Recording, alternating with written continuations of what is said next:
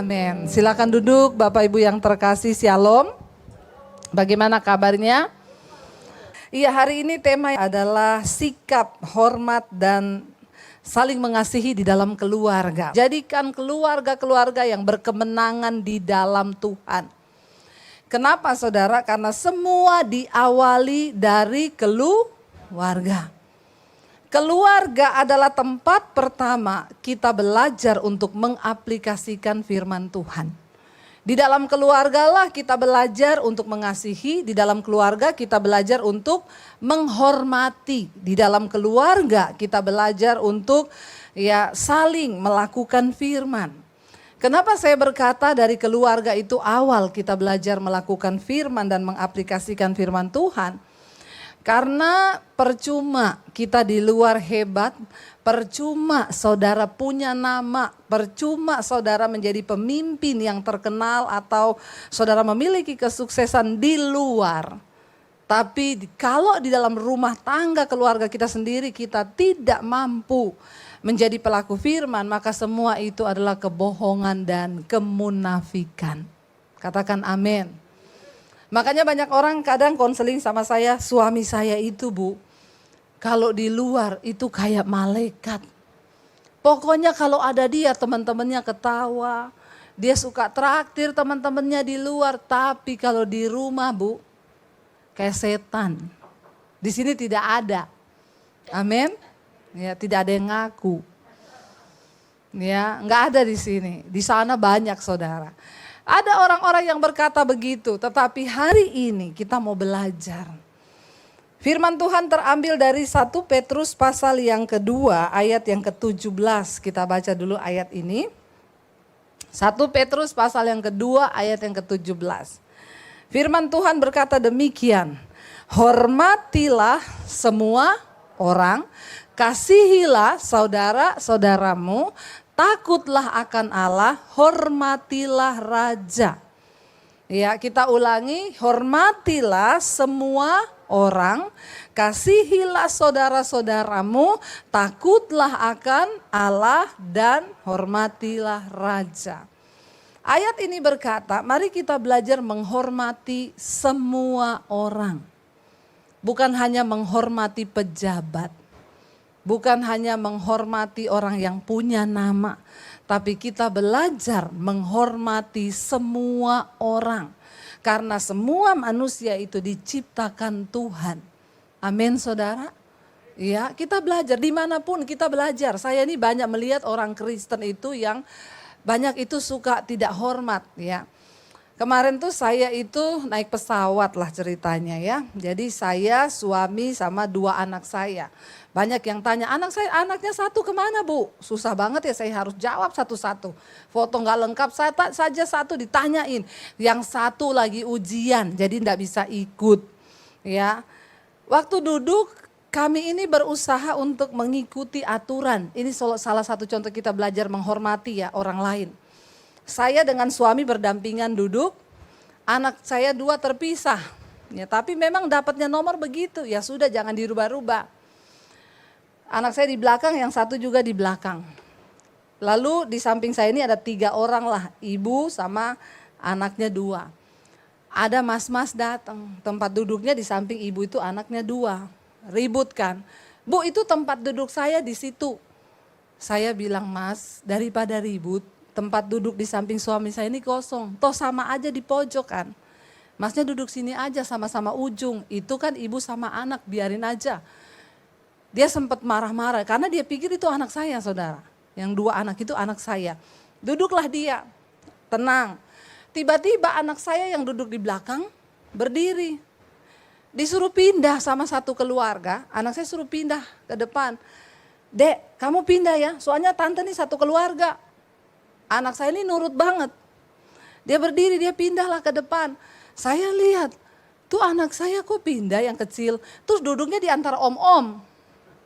Ya 1 om, 1 om. Saya bilang lah, saya permisi dulu ke masnya yang ini. Saya baru gini, Mas permisi ya. Dia langsung jawab saya, sudah cukup sekali Bu, suruh saya pindah. Terus saya, oh oke, bilang saja kalau enggak mau, enggak usah ngomong sudah cukup sekali. Terserah saya dong mau jawab apa. Iya, terima kasih Mas. Saya bilang suami saya, kamu pindah ya, kamu pindah ke depan, kasihan anak kita di antara om-om. Kamu pindah ke sana aja biar anak itu yang pindah ke sini. Suami saya berdiri, dia pindahlah ke depan. Masnya ngeliatin, anak saya datang. Dia mungkin berasa, dia langsung bilang, Bu saya minta maaf ya. Gak apa-apa Mas, itu tadi bukan keluarga saya. Tapi karena saya lihat masnya ribet, berantem sama mereka, saya suruh duduk aja biar aman, terkendali. Nah ini yang anak saya Mas, anak saya juga dipindah sama keluarga belakang. Terus gak ngomong terima kasih lagi, ini orang Kristen yang tidak menghormati orang nih. Saya lihat dia gak ngomong makasih, anak saya suruh pindah. Saya bilang, Dek kamu pindah sini aja. Masnya, iya Bu sorry banget saya tadi salah sangka. Kita belajar saudara, di mana saja kita belajar menghormati semua orang. Ini orang-orang Kristen nih paling banyak. Saya tahu yang suruh pindah anak saya itu orang Kristen itu. Karena dia nggak tahu aja itu anaknya Debbie Buster. Kalau dia tahu pasti saya bawa dalam khotbah ini. Biar dia bertobat kalau dia dengar.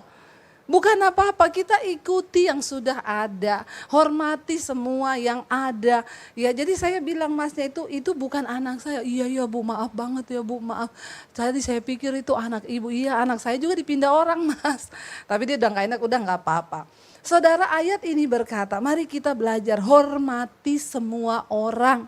Walaupun saudara lebih kaya ada yang lebih miskin jangan memandang rendah. Karena di hadapan Tuhan kita ini semua sama. Mau sama pembantu, mau sopir, mau siapapun kita belajar untuk menghormati semua orang. Ayat ini berkata, kasihilah saudara-saudaramu. Saudara yang bagaimana Bu? Yang baik kan, walaupun jahat kasihi. Doakan kalau dia dalam kesusahan. Bantu walaupun dia jahat. Kalau kita bisa berbuat baik, berbuat baiklah. Karena itu yang Tuhan mau. Kenapa? Engkau berbuat baik itu bukan untuk orang lain, tapi untuk dirimu sendiri. Amin. Semua kebaikan yang kita tabur akan kita tuai satu saat nanti. Walaupun kita gak menuai dari orang itu, dari tempat lain Tuhan akan memberkati kita saudara. Karena Alkitab berkata roti yang dibuang ke dalam air, ya itu akan engkau dapati beberapa saat kemudian dia tenggelam nanti dia naik lagi. Artinya apa? Segala kebaikan yang kita lakukan tidak akan Tuhan itu gak pernah berhutang. Taburlah benih baik. Nah sekarang temanya adalah sikap hormat dan saling menghargai mengasihi di dalam keluarga. Kalau kita memulai sikap ini di dalam keluarga saya yakin dan percaya maka di luar pun kita akan bersikap demikian.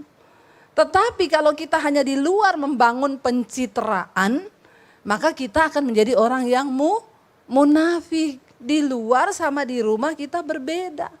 Nah saya ingin kita baca sama-sama, mari kita buka Kolose pasal yang ketiga mulai ayat yang ke-18. Saudara kita bersyukur kita punya Alkitab. Di Alkitab ini semua ada yang salah itu kalau orang tidak baca Alkitab. Ya. Orang paling bodoh di dunia ini bukan orang yang tidak sekolah, tapi orang yang tidak mengerti kehendak Tuhan. Contoh kemarin ada yang konseling. Bu, kok nggak direspon-respon ya? Saya bukalah WA-nya. Jadi begini Bu, saya sama istri kita hubungannya sudah tidak enak. Jadi saya iseng Bu, cari kenalan-kenalan di dunia maya. Lalu saya dapat kenalan cewek Bu di dunia maya. Awalnya cuma biasa-biasa, lama-lama terbawa dengan emosi ya. Jadi sudah ikut perasaan. Kami sering teleponan, sering ngobrol. Lalu satu saat saya itu mau putusin dia Bu. Karena saya akhirnya ngaku saya punya istri. Tapi dia menangis Bu. Dia tidak mau putus dengan saya. Terus pertanyaannya sama saya itu begini. Menurut ibu bagaimana ya? Saya balas bodoh kau. Ya. Dalam hati saya bilang emang tidak ada pertanyaan yang lebih sulit ketimbang itu. Kamu gak usah tanya pendeta, kamu gak usah tanya siapapun. Firman Tuhan berkata, Tuhan menulis hukum-hukumnya di dalam hati nurani manusia. Sekalipun kamu gak baca Alkitab, kamu tahu mana dosa, mana tidak dosa. Kayak begini gak perlu kamu tanya sama saya. Terus saya harus bagaimana Bu? Saya bilang orang yang paling bodoh adalah orang yang tidak mengerti kehendak Tuhan. Ya kamu gak usah tanya saya, kan kamu tahu harus bagaimana. Kamu sudah punya istri, kenapa kamu main-main dengan yang begitu? Amin Bapak-Bapak. Aminnya agak rela. Ya jadi aneh saudara. Makanya saya pertanyaan-pertanyaan alay begitu gak saya jawab. Karena sebenarnya saudara tahu jawabannya. Sudah tahu ada aturan di Alkitab, kecuali yang kau gak baca Alkitab. Bangsa Israel ketika dibawa keluar dari perbudakan di tanah Mesir menuju tanah perjanjian, mereka itu belum punya Alkitab. Jadi setiap kali ada masalah tanya ke Musa, konseling ke Musa, masalah keluarga, masalah berantem, masalah apa, semua konseling sama Musa. Nanti Musa tanya Tuhan, Tuhan kasih jawaban, baru dia jawab bangsa itu. Satu kali Tuhan tuh ngomong sama Musa, supaya bangsa ini tahu aturan dan tidak usah tanya-tanya kamu. Aku memberikan kepada mereka hukum. Ya ini hukum-hukumku. Lalu Tuhan beri 10 hukum. Ya jangan ada padamu Allah lain, jangan membunuh, jangan berzinah, jangan bersumpah palsu dan lain sebagainya. Kenapa Tuhan memberikan hukum kepada manusia? Supaya hidupnya lebih teratur, lebih tertib. Ya, kita bersyukur di Alkitab itu kita diberikan aturan-aturan di dalam sebuah keluarga. Kenapa keluarga begitu penting? Karena keluarga ini miniatur kerajaan Allah. Keluarga yang berkemenangan di dalam Tuhan. Itu yang penting, kita diselamatkan, seisi rumah kita diselamatkan. Kolose pasal 2 ayat yang ke-18 ya, dikatakan 3 ayat 18 di sana dikatakan begini. Ini buat istri-istri dulu. Mari istri-istri baca dengan suara yang nyaring. 1 2 3. Hai istri-istri, tunduklah kepada suamimu sebagaimana seharusnya di dalam Tuhan. Amin ibu-ibu. Aminnya rela ya? Rela. Istri-istri kita disuruh tunduk kepada suami sebagaimana seharusnya di dalam Tuhan. Bukan di luar Tuhan. Bapak-bapak perhatikan ayat ini. Kalau engkau sebagai suami hidup takut akan Tuhan. Di dalam Tuhan. Otomatis pasti istrimu tunduk kepadamu. Amin. Saya pernah memberi sebuah gambaran, sebuah contoh di sini bapak-bapak yang WA. Bu, minta ayat yang tentang istri tunduklah kepada suamimu. Ibu kirimin di WA saya. Saya tanya buat apa? Mau saya kasih ke istri saya. Saya bilang sebelum saya kirim itu, saya kirim dulu yang buat bapak. Kalau bapak sudah baca dan bapak merasa sudah melakukan, baru bapak layak untuk kirim ayat itu ke istrimu. Jangan pakai ayat untuk senjata saling tembak-menembak.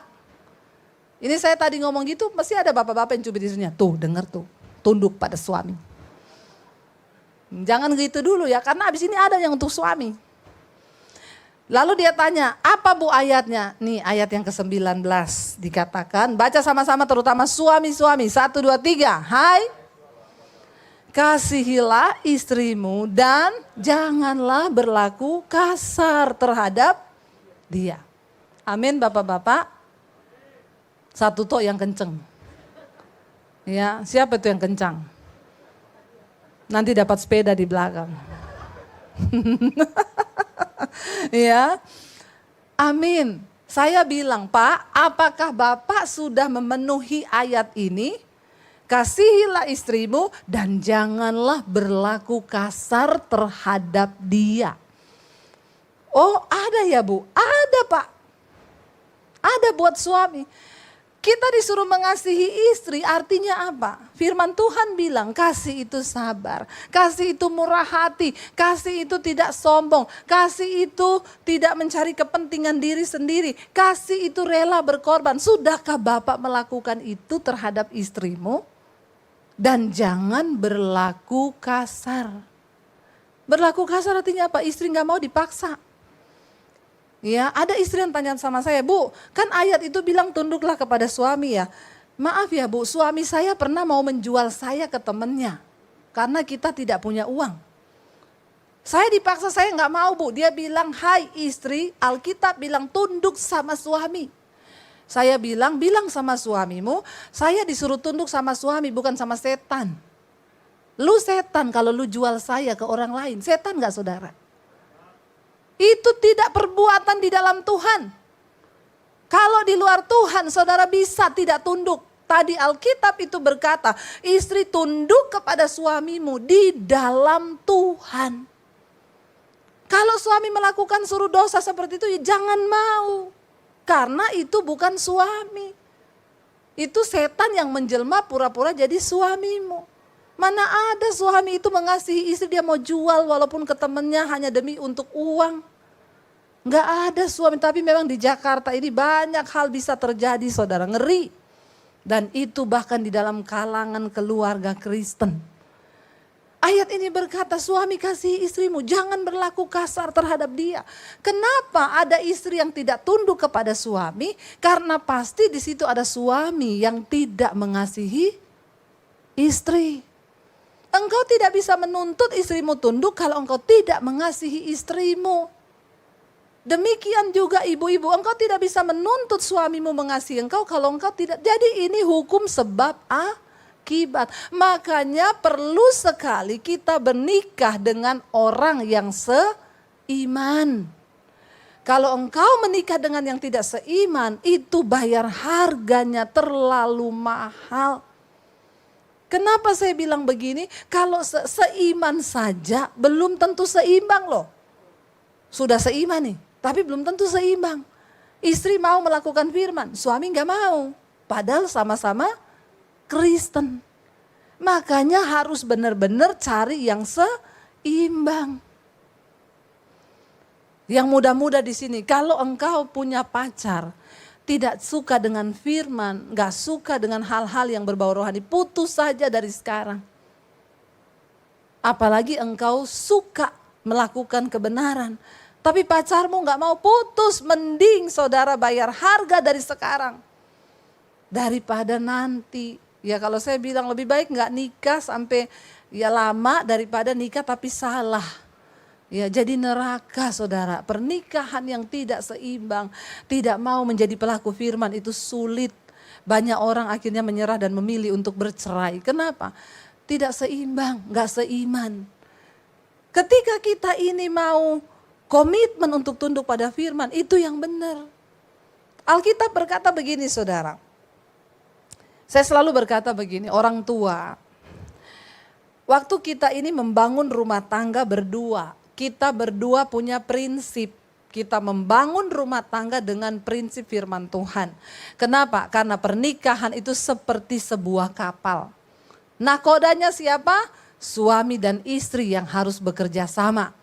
Karena nakoda itu nggak bisa sendiri, dia bisa setir sendiri, tapi buang jangkar, untuk gulung tali dia perlu orang lain. Demikian suami istri membawa kapal ini untuk terselamatkan.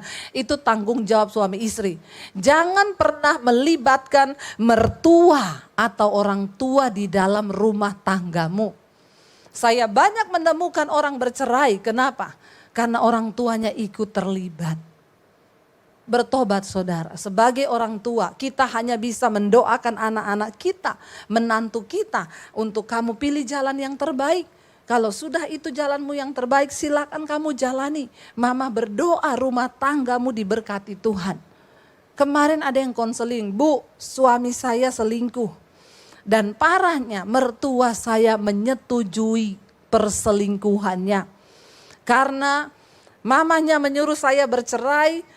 Anaknya suruh gugat saya cerai di pengadilan. Kata mamahnya yang ini lebih baik sering ngasih mama uang. Ini mertua mata duitan. Bisa disogok pakai duit. Kenapa? Karena menurut dia yang baik itu cuma yang kasih uang. Lalu akhirnya dia mendukung perceraian anaknya. Makanya saya selalu bilang sebagai suami, engkau juga jangan bawa-bawa makmu dalam pernikahanmu. Apalagi ngomong ke istrinya, Mama saya tuh ngomong loh, kamu itu harusnya begini, begini, begini. Kenapa Alkitab berkata orang menikah itu meninggalkan ayahnya dan ibunya menjadi satu dengan pasangannya? Artinya apa? Kalau ada nilai yang baik dari orang tua kita, ambil itu. Tapi orang tua tidak boleh masuk mencampuri rumah tangga anak-anaknya. Itu yang bikin kacau. Ya, saya dan suami punya prinsip. Kita berdua yang bawa kapal ini sebagai nahkodanya. Kenapa perlu seiman? Supaya satu belok kiri, yang satu menopang sama-sama belok kiri. Jangan satu mau belok kanan, satu bilang enggak, saya mau ke kiri. Terbelah dua lah kapalmu, kacaulah anak-anakmu. Amin. Suami istri harus bersepakat. Sekali lagi jangan melibatkan orang tua. Orang tua jangan terlalu kepoin urusan pernikahan anak-anakmu. Biarkan anak-anakmu menjalani itu. Mereka menjadi dewasa, kita cukup berdoa. Karena namanya orang tua pasti cenderung membela anaknya. Tidak mungkin dia bela mantunya. Kecuali itu tadi, mantu suka kasih ya, bertobat ya. Kita percaya saudara, kalau kita mau sungguh-sungguh cari Tuhan, maka Tuhan itu sanggup memberkati. Asal suami istri kuat, saling menghormati, saling mengasihi ya. Dan kita belajar saudara, maka Alkitab bilang lakukan segala sesuatu seolah-olah untuk Tuhan dan bukan untuk manusia. Di dalam rumah tangga itu tadi saya bilang, saya setiap hari melayani suami saya. Bangun pagi saya melayani dia. Kenapa saya melayani dia dengan sukacita? Apa yang saya minum, saya beri dia minum. Ya, kalau pagi sekarang saya bikin ramuan, jamu saudara. Ya, jahe, kunyit, serai, semua diiris seduh air panas, dikasih jeruk sama madu. Itu bagus untuk mencuci pencernaan kita. Ya, saya bikinin suami saya yang menyehatkan saya, yang terbaik bagi saya berikan itu buat suami saya.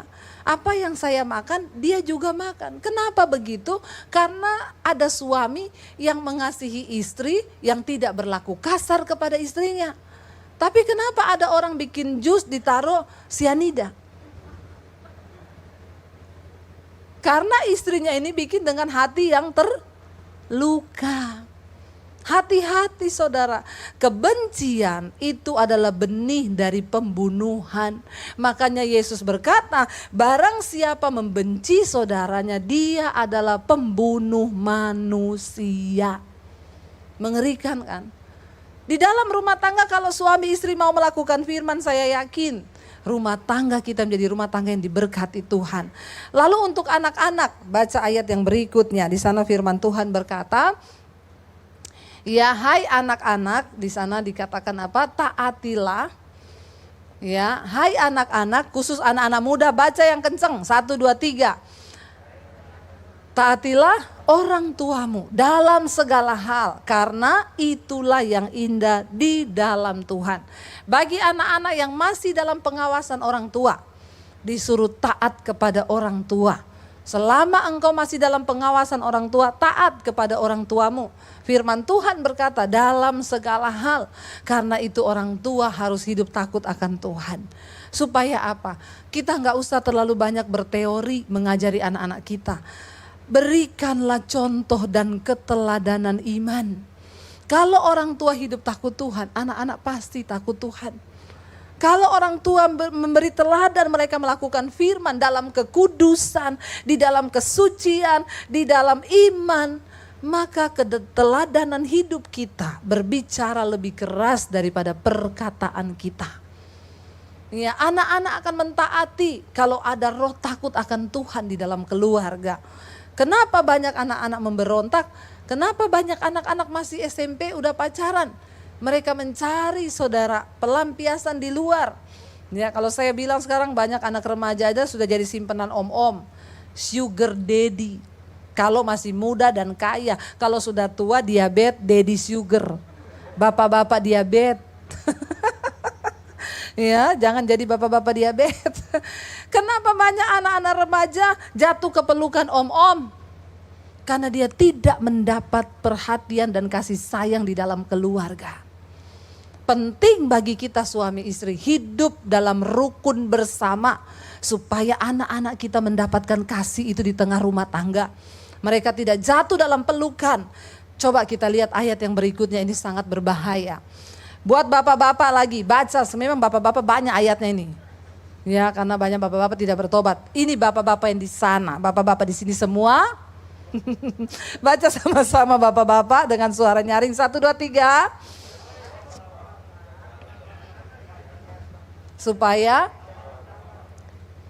Supaya jangan tawar hatinya. Bapak-bapak jangan sakiti hati anakmu supaya jangan tawar hatinya. Saya pernah dengan suami saya membahas ayat ini, kata suami saya gini, kenapa bukan ibu-ibu ya? Kenapa bapak-bapak jangan sakiti hati anakmu? Saya bilang mungkin karena ibu-ibu itu yang mengandung anak. 9 bulan ada di kandungan, kita satu emosi, satu perasaan. Anak itu mengambil kalsium dari ibunya, pembentukan tulang, semua itu dari ibu. Jadi saudara, ibu walaupun dia marah semarah-marahnya kepada anak, jarang ada anak kepahitan sama ibu. Itu ada ikatan batin. Tapi anak kepahitan sama bapak itu banyak. Kenapa? Karena bapak itu tidak merasakan bagaimana susahnya mengandung seorang anak.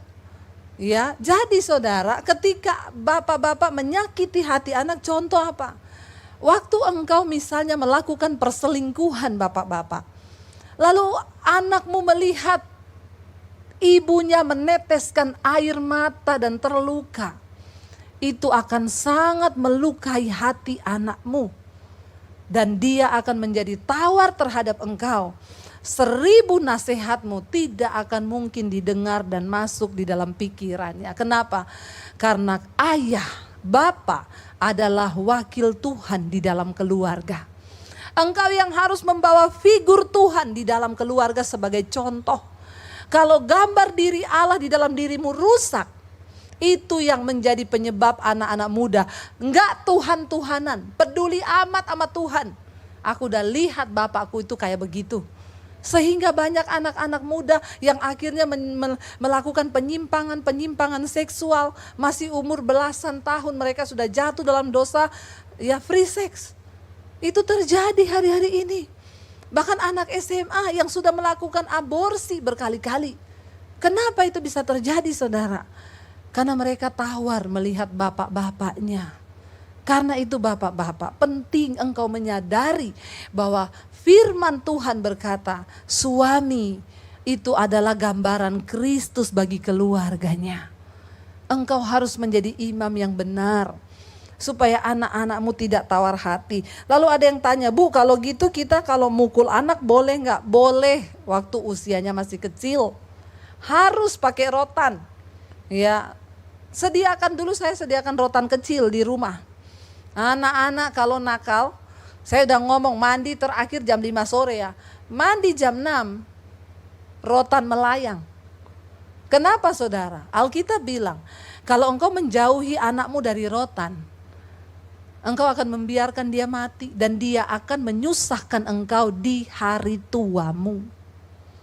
Jadi kalau ada orang datang konseling hari-hari ibu saya ini udah tua, lihat anak-anak hancur semua. Saya bilang ibu pasti waktu kecil anaknya gak pernah dipukul. Gak apa-apa, sediakan rotan, tapi mukulnya sampai SD saja. Nanti kalau udah SMP jangan dipukul lagi, yang luka bukan, yang sakit bukan kakinya tapi hatinya. Dulu saya anak-anak begitu, mandi jam 6 saya pukul. Saya kasih ayatnya nih, kitab Amsal bilang, punggung orang bebal meminta pukulan. Jadi kalau sampai mami mukul kamu, bukan mami yang pengen mukul, punggungmu yang minta. Pukul dong. Karena orang bebal. Apa itu orang bebal? Ngerti yang benar tapi tetap melakukan yang salah. Saya kasih mereka pengertian.